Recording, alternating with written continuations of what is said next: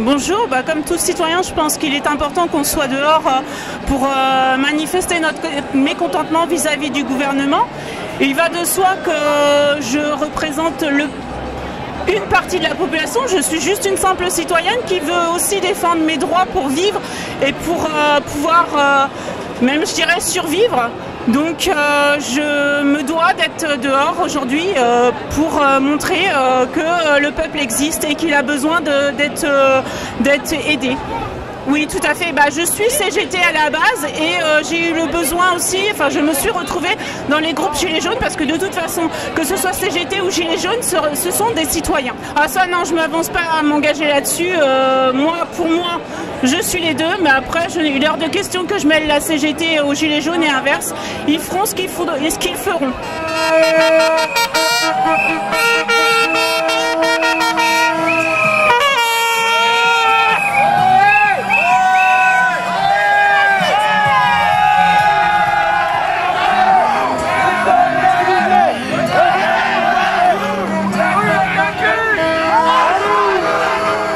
Je suis là pour défendre le pouvoir d'achat, la retraite, qu'elle soit plus améliorée et le retour à l'ISF.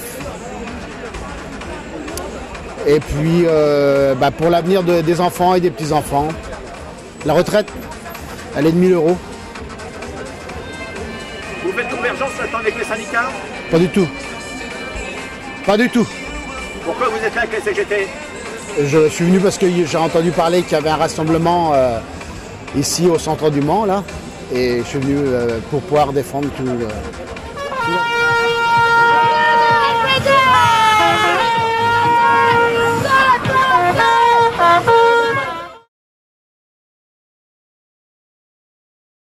Reçu par la directrice de cabinet du préfet, accompagnée du directeur de la Directe, où nous avons fait part des raisons qui sont au cœur de cette journée de mobilisation interprofessionnelle de grève et de manifestation. Nous avons tout d'abord commencé à rappeler notre totale opposition, si je puis m'exprimer ainsi, à la répression policière dont font preuve les manifestants, quels qu'ils soient, dans le cadre de tous les mouvements sociaux que nous connaissons tout au long de ces dernières semaines. Nous avons attiré l'attention à la directrice de cabinet du préfet sur le fait qu'il ne faudrait pas que Macron utilise la violence d'État comme une arme pour essayer justement de ne pas répondre aux revendications sociales et de les mettre de côté. De la même manière, mais j'y reviendrai tout à l'heure, nous avons dénoncé, puisqu'aujourd'hui à l'Assemblée nationale, il va y avoir un vote sur une loi dite anti-casseurs, une loi qui au fond va restreindre un peu plus les libertés fondamentales, notamment la liberté première, celle de pouvoir manifester dans les rues. Moins de 10% de la population mondiale détient 83% du patrimoine mondial, alors que 3% vont à 70% des habitants. La pauvreté est l'une des inégalités les plus visibles. Entre 2006 et 2016, le nombre de pauvres a augmenté de 630 000, au seuil de 50% du niveau de vie médian, alors qu'en même temps, la richesse mondiale s'est accrue de 7%, soit 170 milliards d'euros. Ce n'est pas un paradoxe, mais la conséquence d'une distribution inégalitaire des revenus qui témoigne de l'absence de ruissellement des richesses concentrées en haut de la pyramide. En 2018, les entreprises du CAC 40 ont réalisé près de 94 milliards d'euros de profit et versé 57,4 milliards aux actionnaires. La France est à la deuxième place mondiale, plus de 44% en 7 ans. Cette année, près de 230 milliards d'euros d'exonération de cotisations sociales et fiscales distribuées aux entreprises, sans contrôle ni évaluation, et encore moins remboursement en cas de fermeture ou de licenciement boursier. En 2019, le CICE s'élèvera à 40 milliards d'euros, 100 milliards depuis 2013. Sans résultat sur l'emploi, les mêmes pour qui le gouvernement supprime l'ISF et met en place la black tax. fraude le fisc à hauteur de 100 milliards d'euros par an.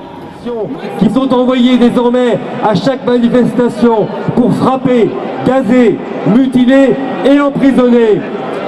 Face à la colère qui monte, qui ne faiblit pas, qui s'organise, ils tentent de donner le change en mettant en place à la hâte une opération de communication dont les conclusions sont déjà connues.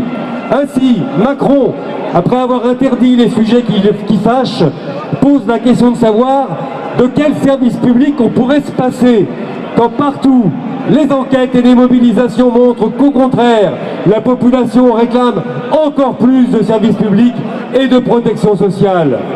Le service public, il ne l'envisage que sous l'angle du coût et non de la richesse qu'il produit.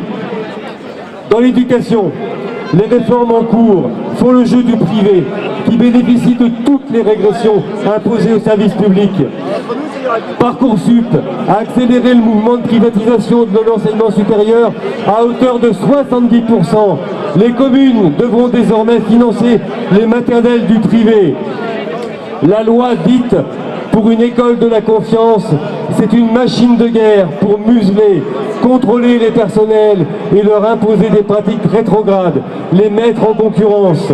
De la maternelle au supérieur, les réformes qui s'accumulent procèdent de la même idéologie néolibérale qui vise à adapter l'école aux besoins du marché, au détriment du développement d'esprit critique et des ressources pour se libérer des oppressions de toutes sortes.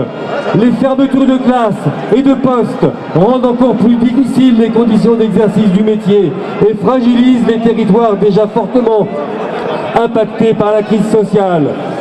Le niveau de répression mis en œuvre contre les lycéens et les gilets jaunes notamment est révélateur de la fébrilité qui s'est emparée de ce pouvoir, incapable d'assurer une légitimité à sa politique austéritaire et régressive.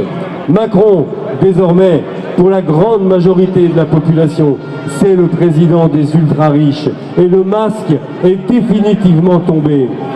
La construction d'un mouvement large, réunissant toutes les forces, est à l'ordre du jour, afin de mettre un coup d'arrêt aux régressions et promouvoir un projet social progressiste. Employons-nous tous et toutes ensemble à mettre en œuvre cette convergence de nos luttes.